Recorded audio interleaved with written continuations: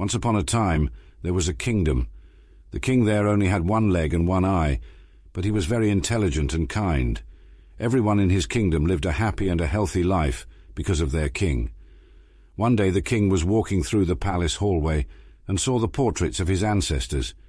He thought that one day his children will walk in the same hallway and remember all the ancestors through these portraits. But the king did not have his portrait painted. Due to his physical disabilities, he wasn't sure how his painting would turn out, so he invited many famous painters from his and other kingdoms to the court. The king then announced that he wants a beautiful portrait made of himself to be placed in the palace. Any painter who can carry out this should come forward. He will be rewarded based on how the painting turns up. All of the painters began to think that the king only has one leg and one eye. How can his picture be made very beautiful? It is not possible, and if the picture does not turn out to look beautiful, then the king will get angry and punish them.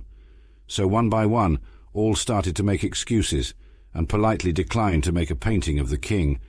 But suddenly one painter raised his hand and said that, "I will make a very beautiful portrait of you, which you will surely like." The king became happy hearing that, and other painters got curious. The king gave him the permission, and the painter started drawing the portrait.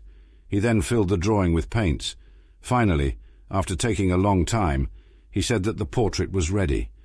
All of the courtiers, other painters, were curious and nervous, thinking, how can the painter make the king's portrait beautiful because the king is physically disabled? What if the king didn't like the painting and gets angry? But when the painter presented the portrait, everyone in the court, including the king, left stunned.